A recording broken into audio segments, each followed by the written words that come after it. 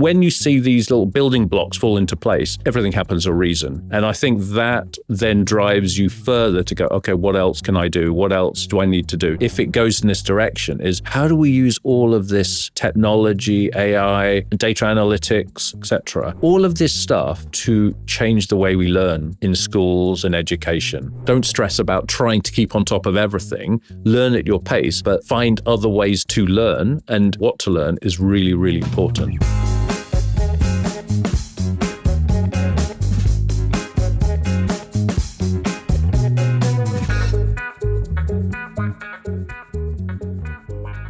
Today, joined by Jawaz Illavia. Thank you for being on our Change Shift Happens. No, thank you. So I think there's a number of reasons I'm excited today. I think the sector background that you've seen your career through in FMCG, B2B, the international experience that you've got, and as we were saying, we had a coffee beforehand, obviously knowing some people in common. I know that there's going to be a huge amount of interesting points to explore. Everyone knows this question because it's the first one that I ask. When you were 16, in your career as officers or whoever it may be in the libraries it was for me, and they said, where do you want to be in 20 years? I'm assuming you said global CIO, and they just mapped out the career path to be so. Absolutely. Great. Not. So that's you can be the first one. But saying that, it was probably about 8 years later that happened. Okay. So it wasn't quite at 16. It was probably around 24, 25 that I did say I wanted to be global CIO. So could you talk us through that? I can. So I have always been in the tech space, right? So growing up as a kid, I describe myself as the one geek in school in the 80s, the one kid who could code back in the 80s in school. Let's just say it wasn't quite as cool as it is now. It was back then. It's not cool now. Damn. It was my passion back in the 80s. And whatever happened, I ended up in moving to Hong Kong in the early 90s. And after a couple of years of, as a 20-year-old, trying to sort of put some money together, bartending and waiting and all of that, I thought I better get a real job. And I ended up getting sort of a IT support role in Hong Kong in my early 20s. It got to a point, I wasn't taking life seriously as a 21-year-old. And it got to a point where at, I think I was probably about 23, I nearly got fired from my job. And it was quite a scary thing because, here I was by myself living in Hong Kong and losing my job, and it's an expensive place to live. It is. That was sort of really woke me up. And I thought, you know what, I need to get my life sorted out here. A year later or so, I sat down and I actually said to myself, what do I want to do? I enjoy this tech stuff. I enjoy this, fiddling around with computers and helping people. So where could I go with this? And I did put down on a mind map CIO. And I said, okay, how am I going to do that? I had seen the CIO of the huge American company I was working for at the time, living in Chicago and, about 23 levels above me at the time. But that's kind of what I wanted to do. I did a gap analysis on myself, right? So I said, what do I need? I'm going to need some business experience, business language. So I ended up enrolling for an MBA. I said my communication skills were atrocious at the time. I couldn't present. I was nervous standing up and talking. Well, let me join Toastmasters, the global public speaking group. I'm also in this area of technology where it's very sort of infrastructure and support focused. Well, I really need to understand business processes. So let me push myself into roles for that.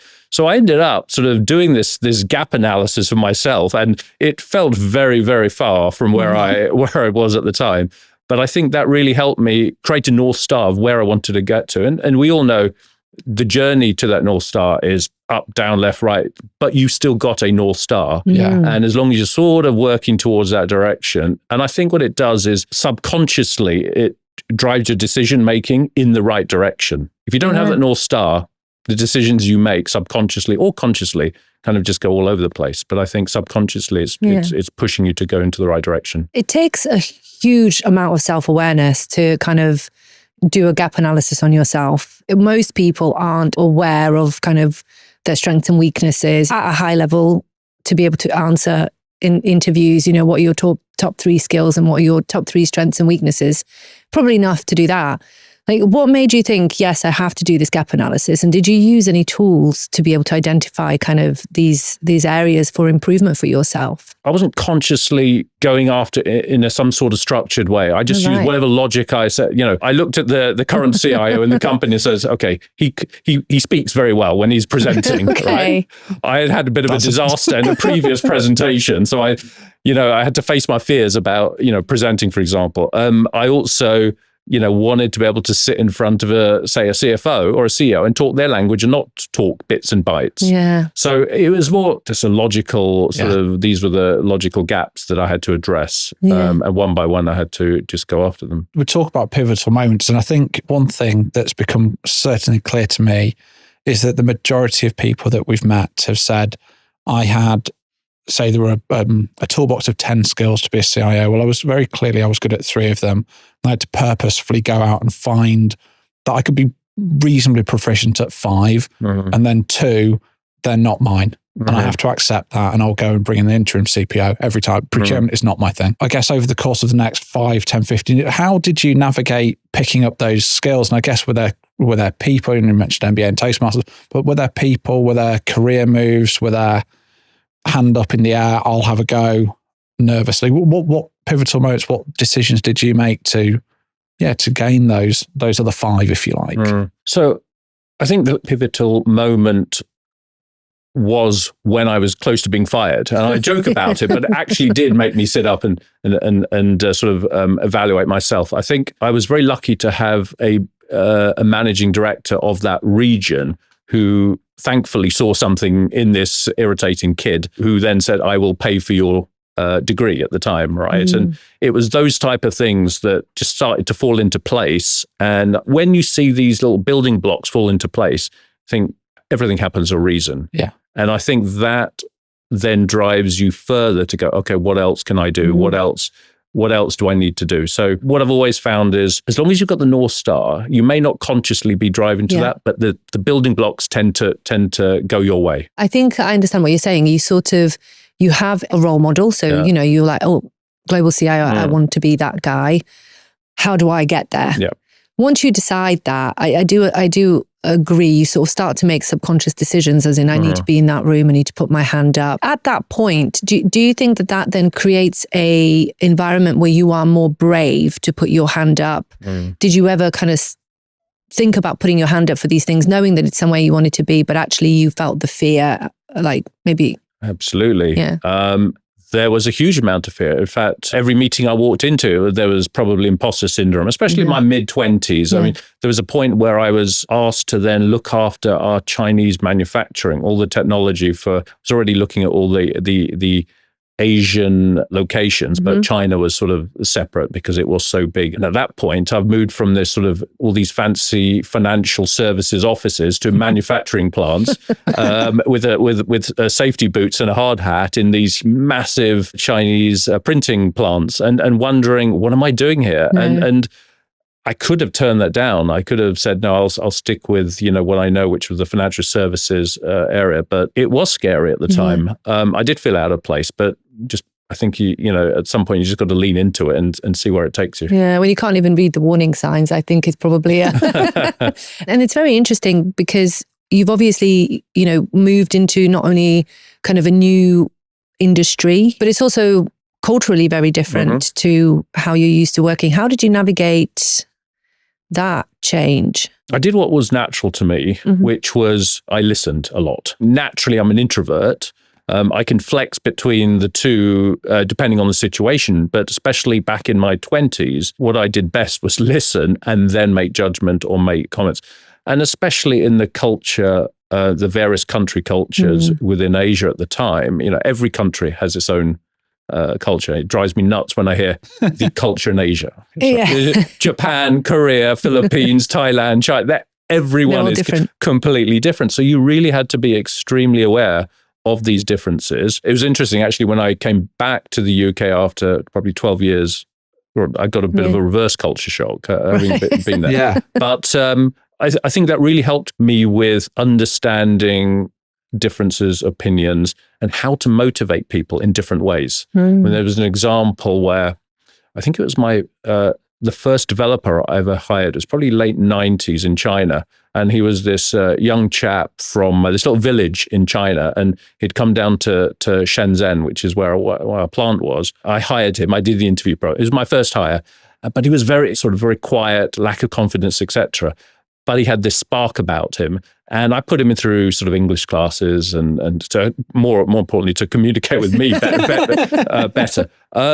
But I was able to sort of find techniques to bring him into meetings with very senior people without scaring him. So maybe I'd sort of prepare the questions beforehand. I was going to ask him and then give him the confidence. And just a side of that story, several years later, I'd left that region, came back to the UK, and he called me up and he said he's just been offered a job, a senior developer role in Vancouver, and he's moving his whole family there, and it's changed his life. And it's stories like that where I get the goosebumps, right, of how you're able to sort of help people on these journeys. When we talk about transformation, whether it's digital, operational, people, we always do get to a point where actually people are key. It's very quickly, we understand it's not the strength of the technology or the strategy. It's actually the strength of a leader to motivate and lead people. What key skill sets do you think you've acquired over your career that have enabled you to drive transformational change within the tech sector? I would describe, if there was a word cloud to describe this, I'd think things like empathy, which I've spoken about, curiosity, humbleness, I think boldness, resilience. Those, I think, are the 5 core areas that I think are absolutely necessary for driving a level transformation, especially the last one, resilience. Let's be honest. It's hard. This is really hard This stuff is hard. This is hard. Well, I was going to say, you've been involved in very senior roles in some of the biggest companies in the world. And I know that you've driven enormous transformation within them. Can you give us an example of some of the most complex transformations that you've been involved in? And then unpacking the people aspect, the process aspect. And to be honest, Jawaz, your approach is where we're going to go. But are there some real highlights as you look back from those organisations? Let's take Carlsberg. So If you're happy to name them. So we could, but yeah. So a big Danish brewery. I was based in Copenhagen. And I was brought in to really create and execute the overall digital vision and strategy. At the time, the company was really behind everybody else. Okay. I mean, all the other, the Heinekens and AB InBevs, et cetera, of the world were really behind the curve. From a technology perspective. In digital. Okay. Right? So we had the fundamentals working great, but there was very little on consumer and customer facing digital. Yeah. We weren't really working in Agile. When I talked about product, everyone assumed I was talking about the glass beer bottle, the physical product. We were quite immature. And I used a couple of, I would say, drivers to start this whole change. And one was our whole e-commerce, B2B e-commerce platform that was not we'd spent millions on this thing, and it was not working. And I had to insource it, change the teams. We took it from close to zero revenue to 300 million euros in the first 15 months. Wow.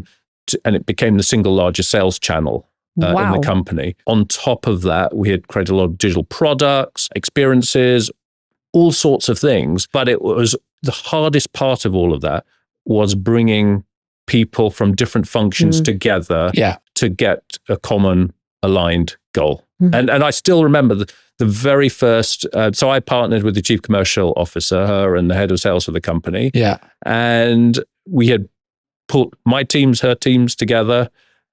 And the first meeting was, quite frankly, a bit of a disaster. We had 35 people in a room, all just at each other's yelling throats. at each other. But bit by bit, we're able to overcome that. I think there are a lot of factors to get alignment. It doesn't happen organically. You have to drive this all the way from getting the CEO to have the same bonus target as you on driving digital. That really sort of changes the game. All the way to your own joint teams, all having the same targets and bonus measures, to make getting them working together, socializing together. I think people don't understand how important that is, and things change over time. So I would imagine when you stepped into 300 million euros in 15 months, Carlsberg, I'm assuming at the time, was not selling one or two bottles of beer. They would have been selling millions and millions of pounds at the time. So to change the thinking of a commercial sales function onto a new product, from a people, process, technology perspective, where do you begin? So we started with getting the people aligned on what we wanted to do. As an example, I walked in, there was a steering group, a monthly steering group that comprised of very influential MDs of around the world and some members of my team. Every single month there was a steering team. Okay. And what I walked into was a first steering team where the team were getting battered for not delivering on something. I remember very, very clearly, I was standing outside our brewery in Switzerland waiting to go into the office on a conference call on the second of these steering teams. And I just said to the whole steering group, right, can we just stop the steering group for the next 8 months? Why? Because my team is spending 2 weeks of the month not working, but prepping for the steering group, panicking and prepping for the steering group. So give me 6 to 8 months, we'll figure it out, we'll come back. And that was the starting point of then going, okay, what do we need to do? Let's get our partners together. Sort of I call it the come to Jesus meeting where we went down to Amsterdam and got our partners together. We started from there. Then from a cultural, because there's going to be an enormous shift in the culture of the organisation.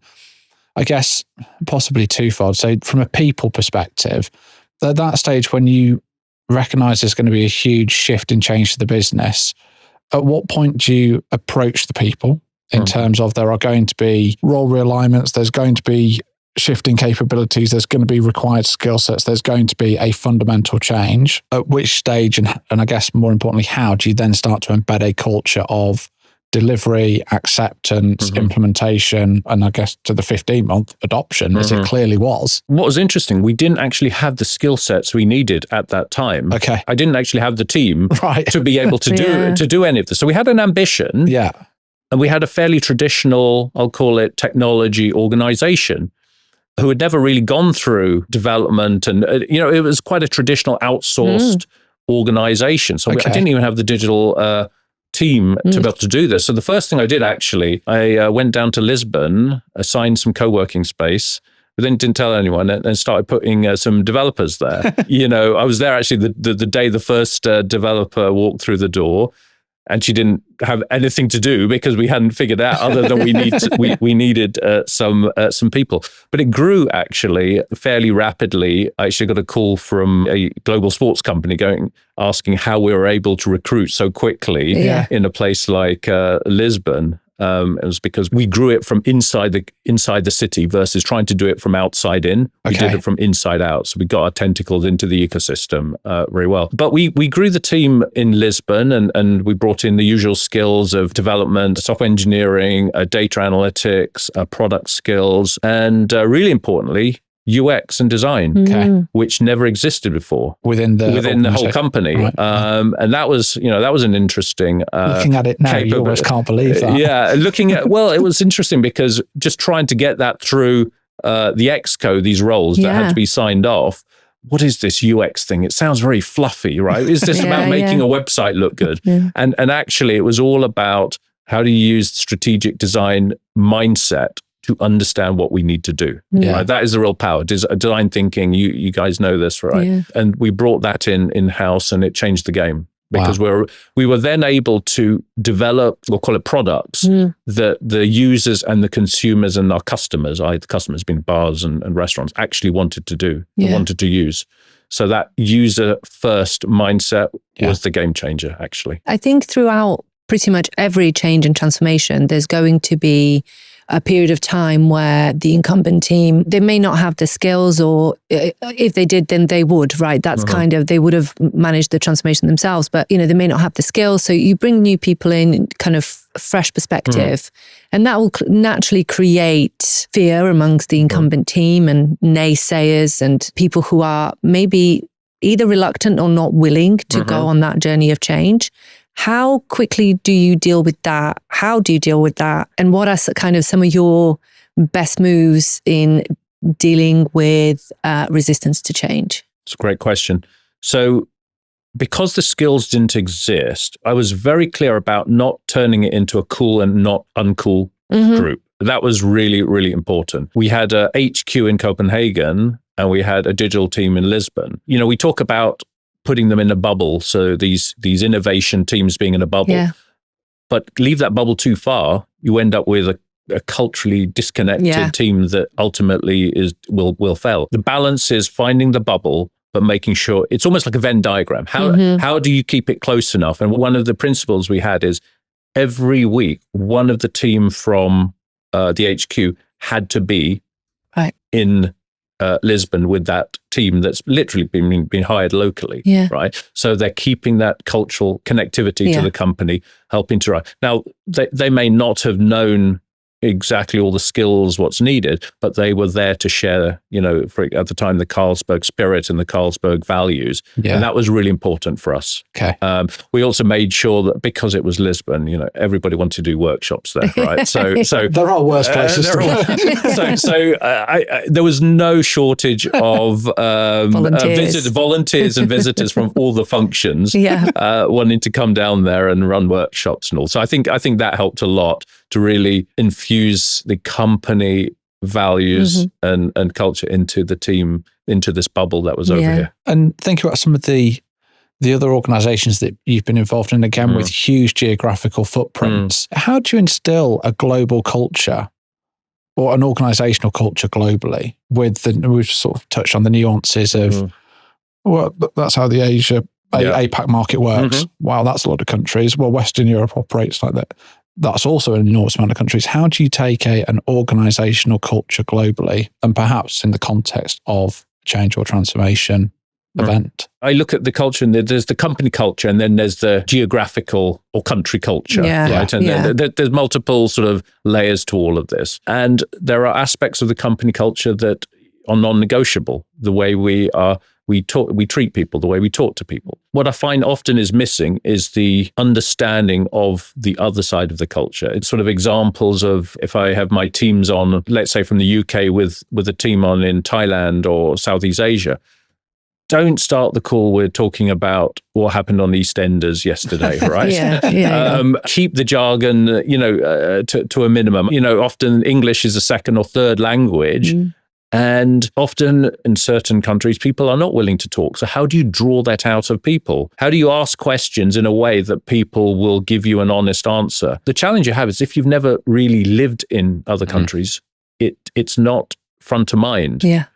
Whereas quite often I'm looking at the screen, looking at people's reactions, and can see people tuning out in a different country. And then you've got to figure out how to draw them back into the conversation in the right way. I think just understanding that everyone's different. And you've got to find a way to tap into those. So we spend a lot of our time. Is that something that you're cognizant of, looking at the screen, make sure screens are on in the first instance, that you can spot detraction, disengagement just early on, then starting to find a way to bring people back in, or take 5, let's have a comfort break, we'll get back around the screen, quick call, are you okay? Whatever it may not need to be. I've also been told that as you're sensing the breathing patterns in the room of where people are starting to fade. So how do you get the energy up when you you get a sense of these things. My wife used to joke when our first boy was born that I would wake up the 2 minutes before he woke up. So because I was aware of his breathing patterns in the other room. So I think I've been hyper aware of that within a business context as well. That. This is actually something that came up on one of the other podcasts that we did, where one of the kind of greatest piece of advice that I got from a mentor was, senior leaders are always sensing. They are taught to sense. And that's kind of what I think you're saying, is that you have this innate ability to sense the mood, the ability to deliver, the kind of understanding of different people. And what I'm also picking up is that you're talking about kind of flexing your style to suit the individuals that you're working with you and for you. And that's something that I've definitely learned from failure, from what happens when you don't do that well. Have you ever failed? And what are kind of some of the biggest lessons that you've learned from failure? Have I ever failed? How long is this podcast? You could also be the first person to say no. I have several books on failure. The one that taught me the most, the one that was I would call the most humbling. So I just left Reckitt, so the huge consumer goods company. And as part of my role in Reckitt actually was to look for, I was part of the 3-person team to also scout for startups to invest in as part of my role. So when I left Reckitt, I thought, you know what? Every 26-year-old kid out there is doing a startup. How hard can it be? That is How hard can it be, right? That's my toxic trait. How hard can it be? Really hard. Well, very hard, as I found out. And the first startup, it was all about taking data. This was prior to Apple Health. It was all about taking data from your Garmin's and Fitbits and other data that's not recorded on devices and analyzing it using sports science algorithms and giving you actual recommendations. So not just so what if your resting heart rate is this? What does that mean as a consumer? It was like answering the so what of all this data. That was the idea. So I was running this thing. It was my first startup. So as you do, you're selling I had to sell the dream to my own family, saying, look, we're not going to have any income for the next 2 years. We're going to be poor for the next 2 years. But don't worry, it'll all be super rich at the end of this, right? I've got this, guys. And then, of course, dragging in everyone I knew to work for next to nothing and selling the dream and all of that. Long story short, at the end of about a year, we had to stop it. And it was the most humbling experience to turn around to all these people who kind of just couldn't wait to say, I told you so. And the family who you'd sort of sold the dream and etc. It didn't work out for numerous reasons. Everything from focusing on too many things to do. I think probably the biggest lesson for me was when things are going well, you can follow the process. We've all read The Lean Startup, the lean this, the lean that. We all read that. When things go wrong, you revert to your type and your experience. So when things didn't work out, we started going back to our old corporate mentality of that's what we knew best at the time. And that's when it doesn't work. And it was all about holding the nerve, right? When it doesn't go right, it's not going right, hold your nerve. That was a hard lesson to take. And at the end of it, we had to put it on hold. And as it happened, there was a lot of pressure to go back into the corporate world. I ended up doing a second one a week later, which actually has been was a success. But had I not failed in the first one, the second one wouldn't have been a success. And do you think that focus on clarity was the key lesson? Oh, 100%. 100%. I think we got carried away with, we can do this and we can do that. When you've got 6.5 people working on this, you can only do one thing. We actually ended up, I would say, creating basically 3 businesses when we should have just focused on one. Halfway through last year, we started working with NSPCC. We did everything from writing the business case, delivering the technology, doing the AWS, and we can do it all.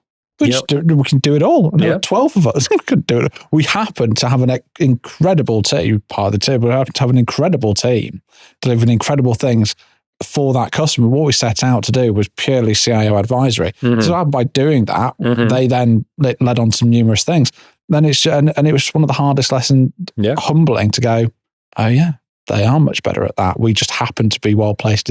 And with 10, 12 people, as it were, you don't have time to do everything and know what your super are. I really enjoyed it. Thank you. But I think you have to fail. I mean, I know it's a cliche, you've got to fail to do all that, but it really, it's certainly in my experience, that was the case. So this is the second startup, we were super focused. We were all those lessons tattooed on on the front of mind. When we talk about failure, one thing that sort of comes across is the most very senior leaders who have been through a wartime transformation and kind of been burnt a little bit. There is a moment of realization that it's okay to fail. And actually that sometimes it's necessary. It's not that you fail, it's how you kind of recover from that failure.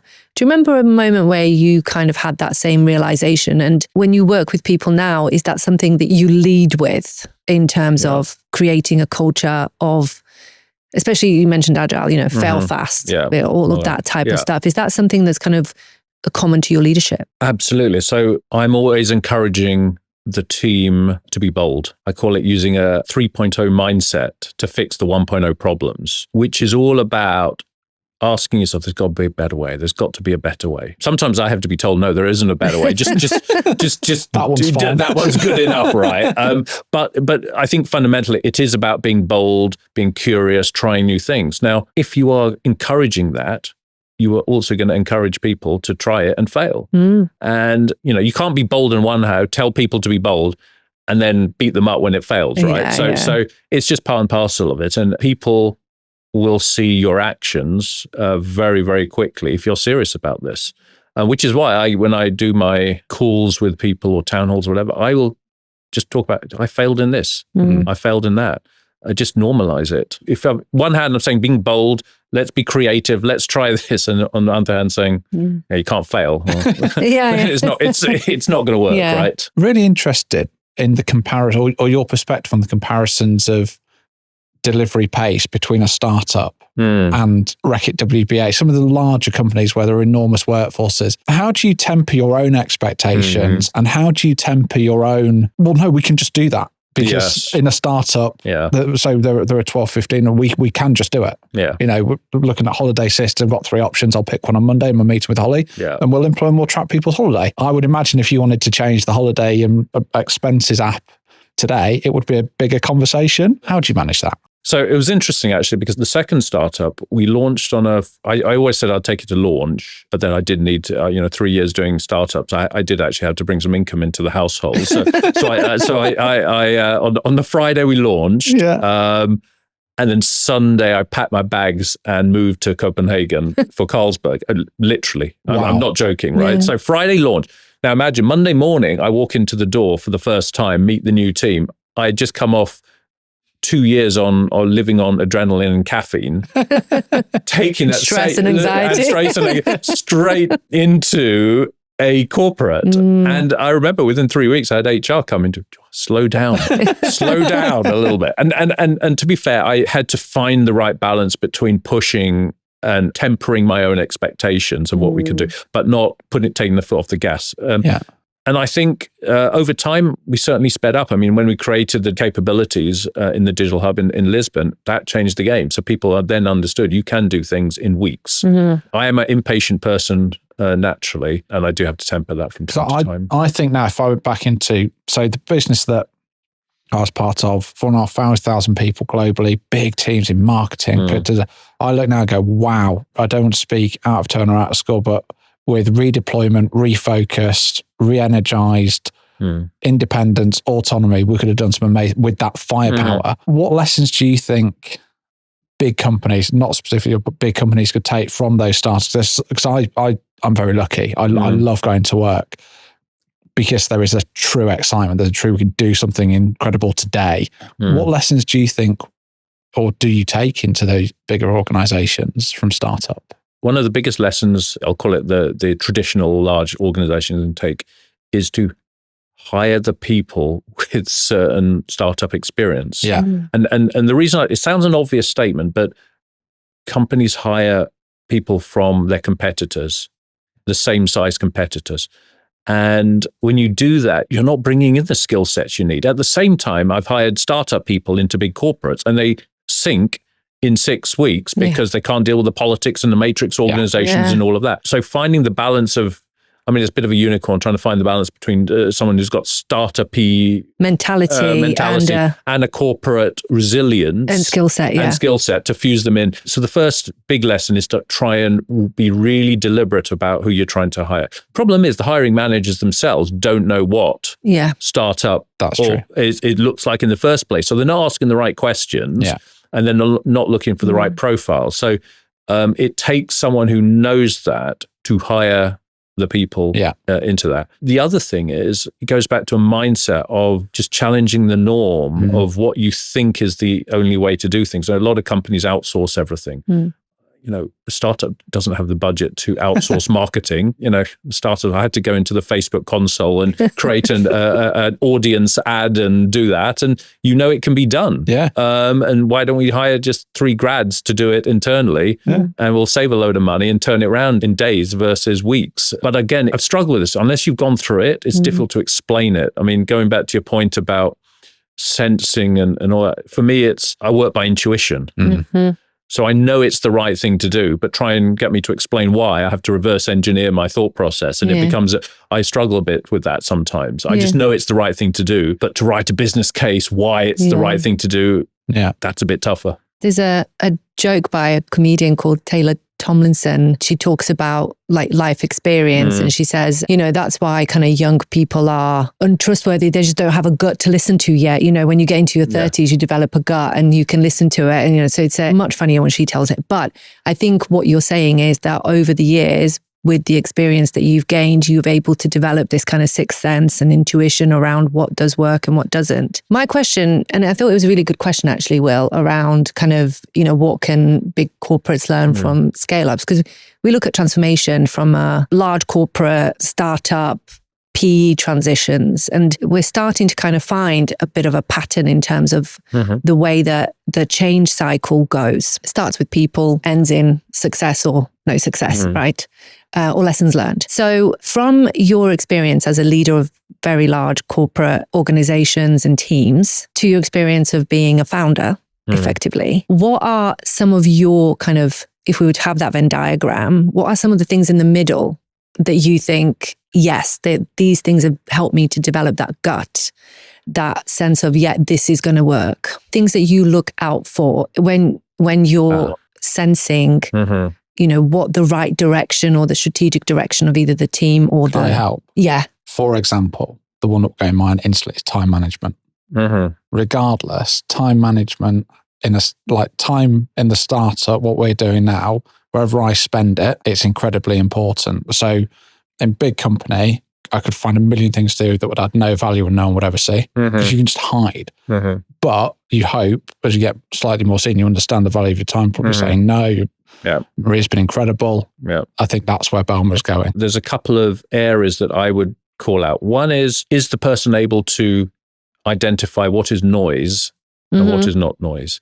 To me, that is one of the most important things in a large organization because you're being bombarded with, I'll call it noise, quote unquote, all the time. You can't react to all that noise all the time. Otherwise, you won't have any time to actually do anything. So being able to recognize what is just blah, blah on the side, and you can just ignore that and let it work itself out versus the stuff you actually need to go after. That is a really important to me trait. Otherwise, you're not focusing on the right things. I think the second thing is, I do this in when I'm interviewing someone, is if I want people to come in with a 3.0 mindset. In a startup, you're going, okay, this is a problem. How do I solve it? And I don't have a load of money. So you have to naturally be curious. So one of the most important traits I look for in people in a team is that curiosity. And I always, I'll be interviewing people. Now that people hear this, they'll be prepping for this interview question. People are like, oh, I'm innovative. I this and that. I say, okay, in the last 2 days, what was the most interesting piece of news that did you research or find out? And people don't know. I will spend my evenings and weekends trawling the web and listening to podcasts. I'm up at Saturday morning when my family's still asleep. Every Saturday morning of the last 2 months, I've been waking up going, okay, what's the latest AI tool that I just need to be aware of, for example, right? Finally, I've used the word AI. But it's that level of curiosity that is needed to be able to solve problems in a different way. And actually, while I take it for granted, I want my teams to surprise me. Okay. I want my teams to go, have you seen this? Have we thought about this idea? And I think that's one of the most important traits I look for in building this team, because then the problem, you can find all sorts of ways to solve the problem. Yeah. But too many times my experience is this, let's do that. Versus the humbleness and curiosity to say, there's got to be a better way. Innovation and experimenting as well as delivering, right? You kind of have to balance the two. So I've been meaning to ask this question for a while now, but obviously you have a huge amount of experience in leading large global teams within the tech sector. That's, the pace of innovation isn't slowing down.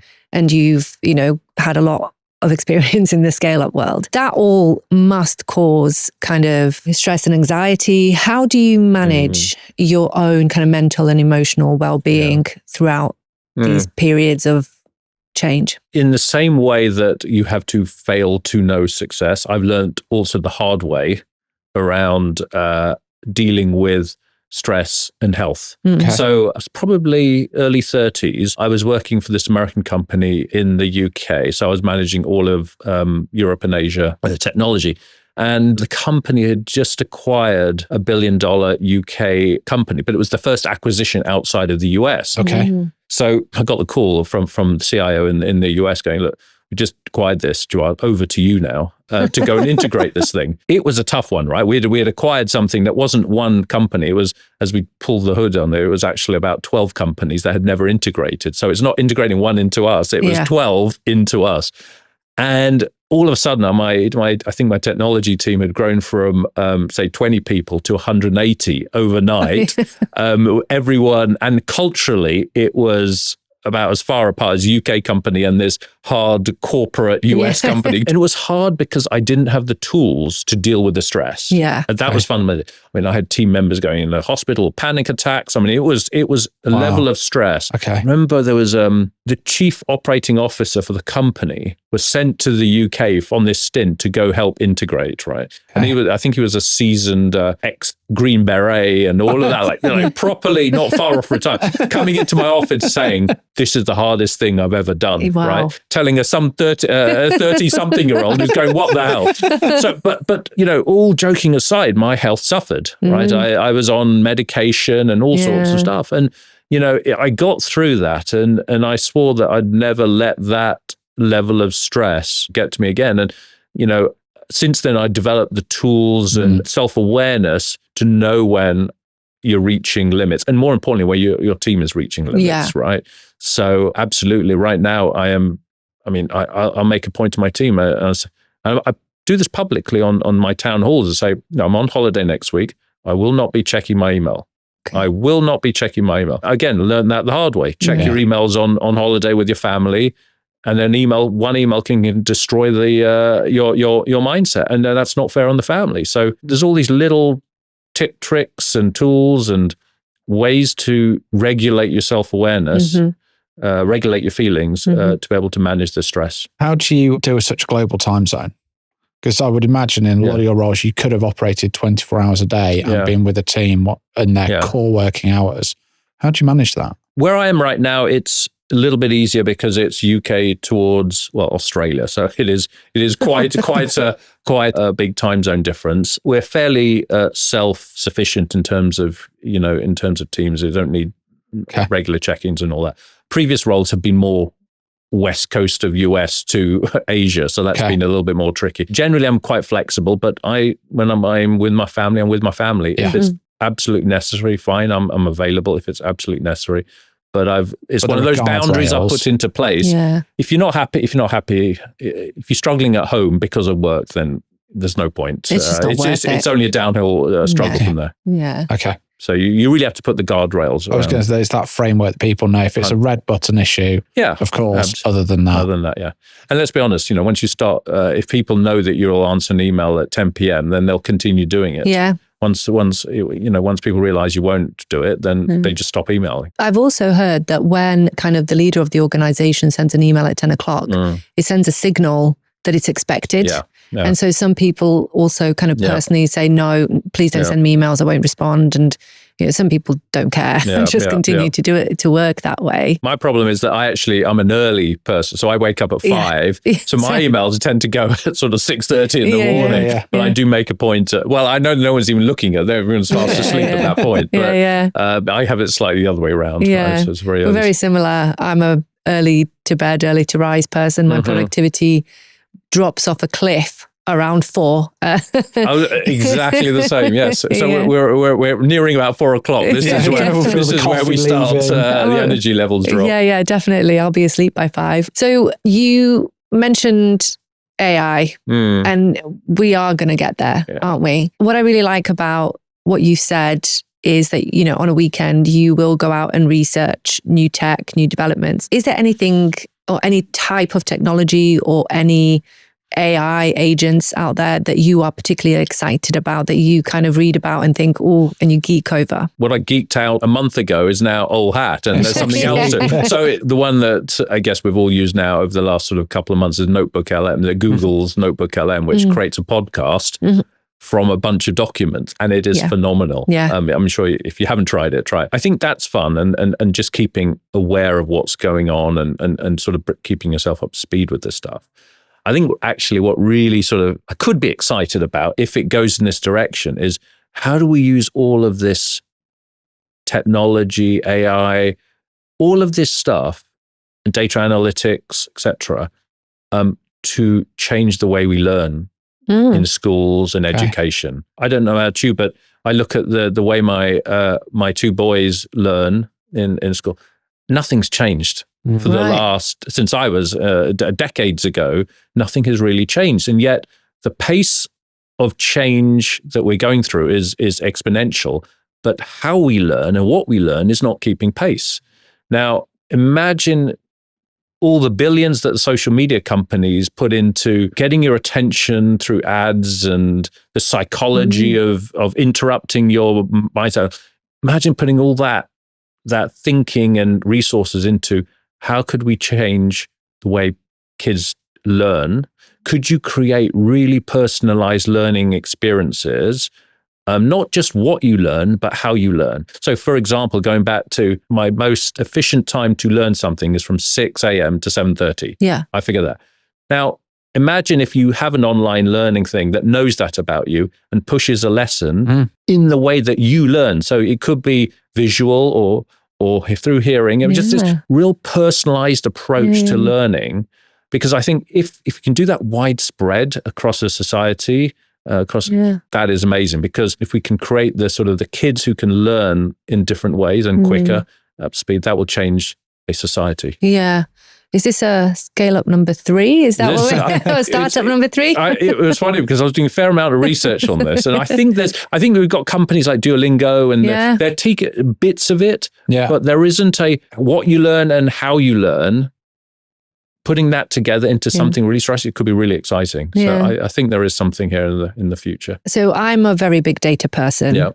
You talked about the kind of health tech startup that you started, and I'm obsessed with sleep and sleep data and improving sleep and quality of sleep, etc. So, my job is also to provide data to senior tech leaders to be able to make decisions quickly. And we're seeing loads of programs around, data to either kind of monetize it, or it's definitely one of the innovative or quote unquote innovation programs that is out there at the moment and CTOs are looking at. On that subject of innovation, what are you seeing or thinking about as a CIO in terms of the innovation strategy for your tech team or for the business that you're in? And what do you say to people who haven't maybe started implementing AI yet or using, data to drive business change or drive revenue? I think the first thing is you've got to find a use case for the innovation. That first use case may not be one that you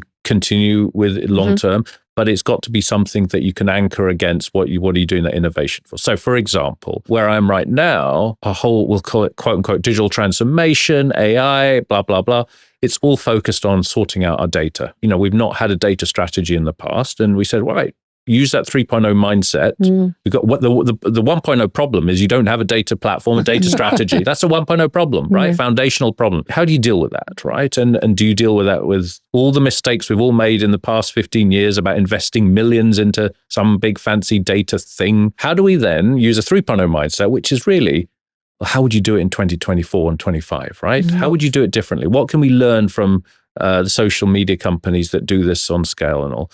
So we've very much anchored our AI and digital transformation in sorting out the data and analytics and then putting the AI bit over it. So rather than now giving users dashboards and things, you can actually just interrogate the data using an agent, right? Yeah. Which changes the game actually with democratizing data to users, right? All of a sudden, I mean, I don't know about you, but I look at these complicated dashboards and you go, what's the size of the bubble, the color, the axis? You're trying to do 4D onto a 2D picture. I spend more time trying to figure out what the graph is trying to say than actually the data itself. I'm glad it's not just me. So if it'd be much easier just to do a text prompt and tell me what this says in plain English, right? Just keep it simple. Make it Apple simple for me, right? So that's sort of a direction. I think you've just got to start somewhere with this. Though. I think to the second question is just don't be scared. I think that's where the humbleness goes in, and just it's not. People like to say it's rocket science and all that. It's start with something simple. Just try it. Everyone's got all the same questions, and just go. ask really dumb questions like I've been doing for my whole career and just starting with that. Are you hiring any differently? We've all talked about AI and, it's out there, the buzzwords. Yep. Are you looking for a different skill set? Has your hiring strategy changed? And also, sorry, again, convoluted question, but what advice do you have for people entering the market now or, afraid that AI is going to replace them, etc.? So I think the first question is yes. So I actually say this to all the other functions is when you're interviewing people, ask them how they think AI would change their job.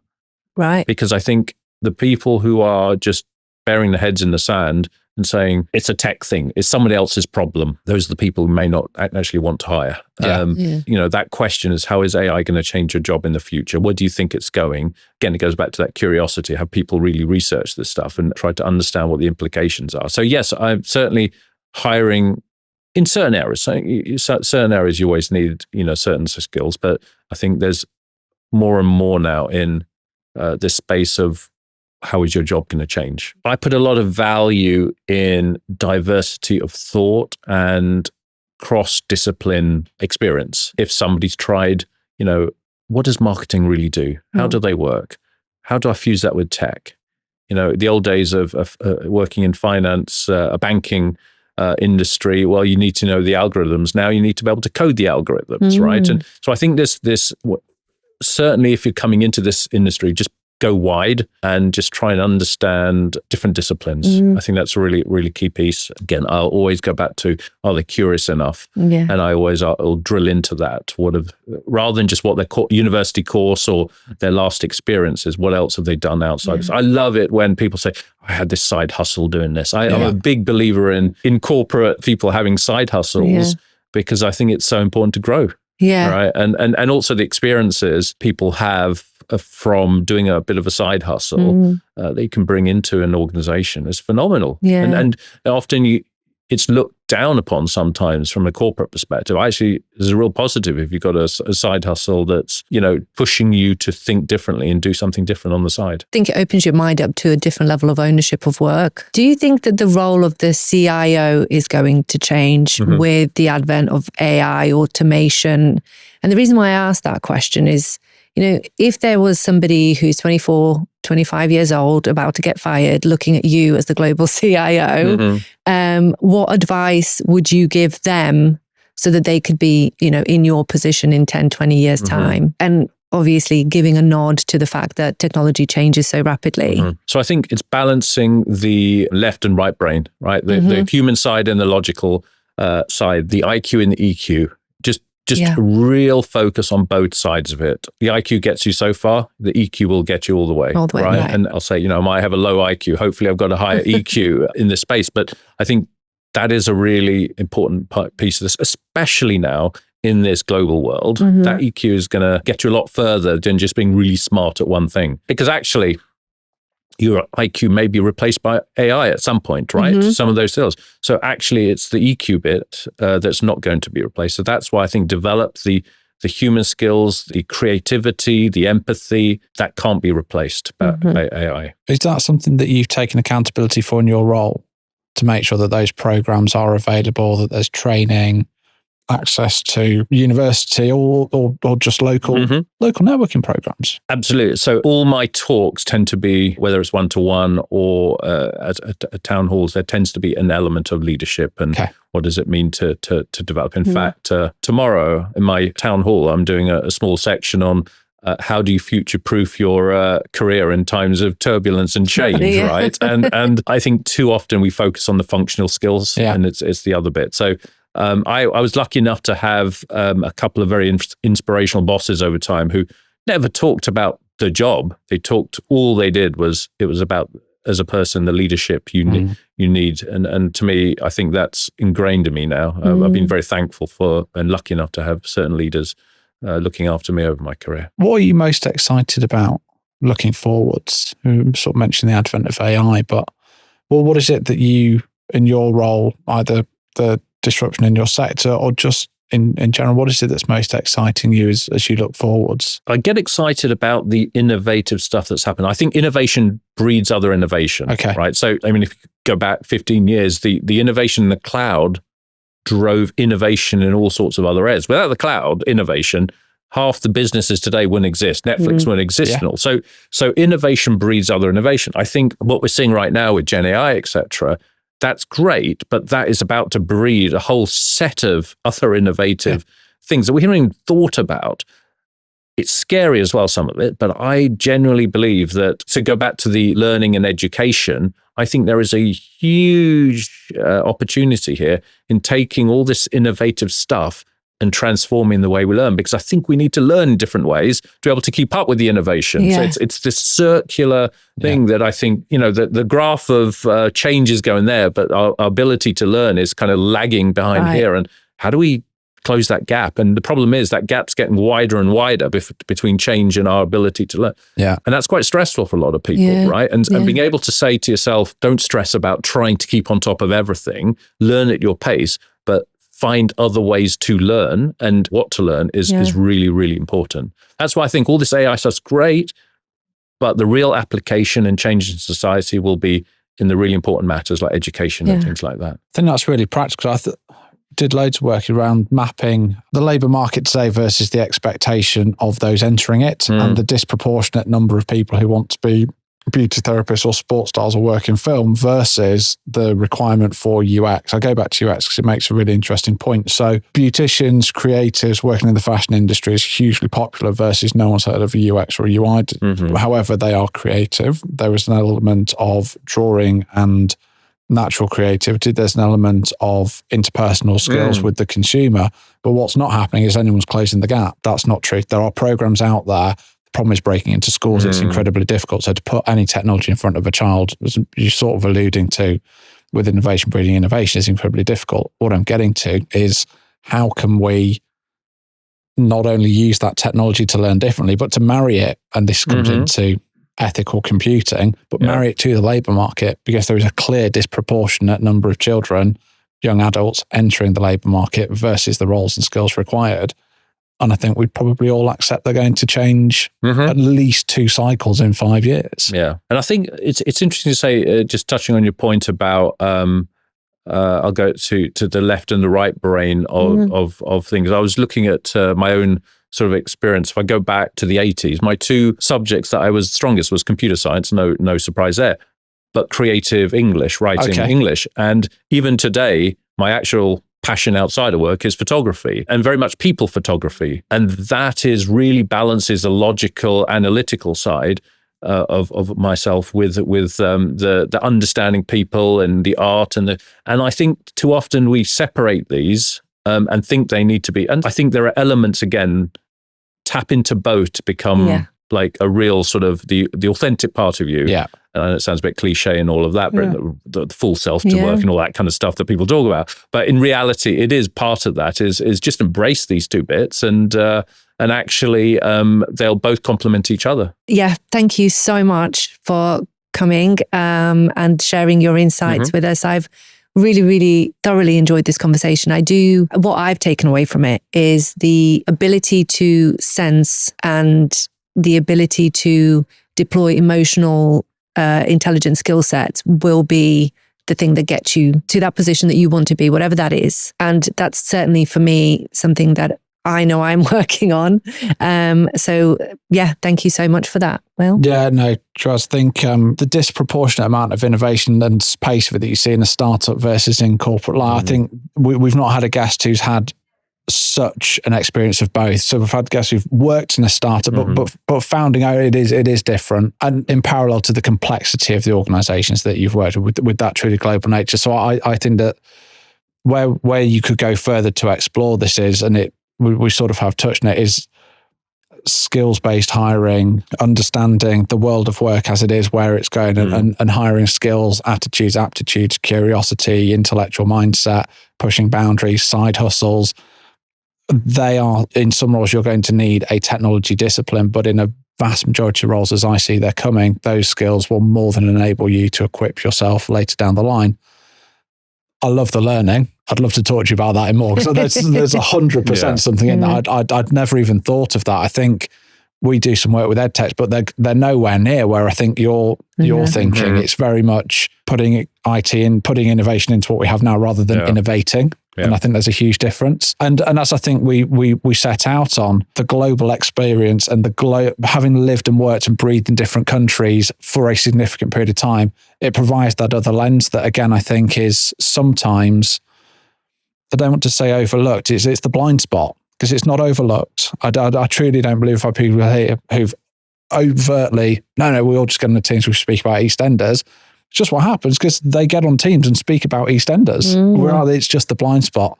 So thank you so much. I've really, really enjoyed that. When you set up your third startup on this EdTech thing, I'll come and work for you for free. I'll have that in writing. It's now recorded, right? It actually, I generally, well, I'm glad that you picked up on something of that, because I've actually got, I've started, putting some notes together out what this could be for the future. But thank you so much for the discussion, and enjoyed it a lot. Thank you. Thank you.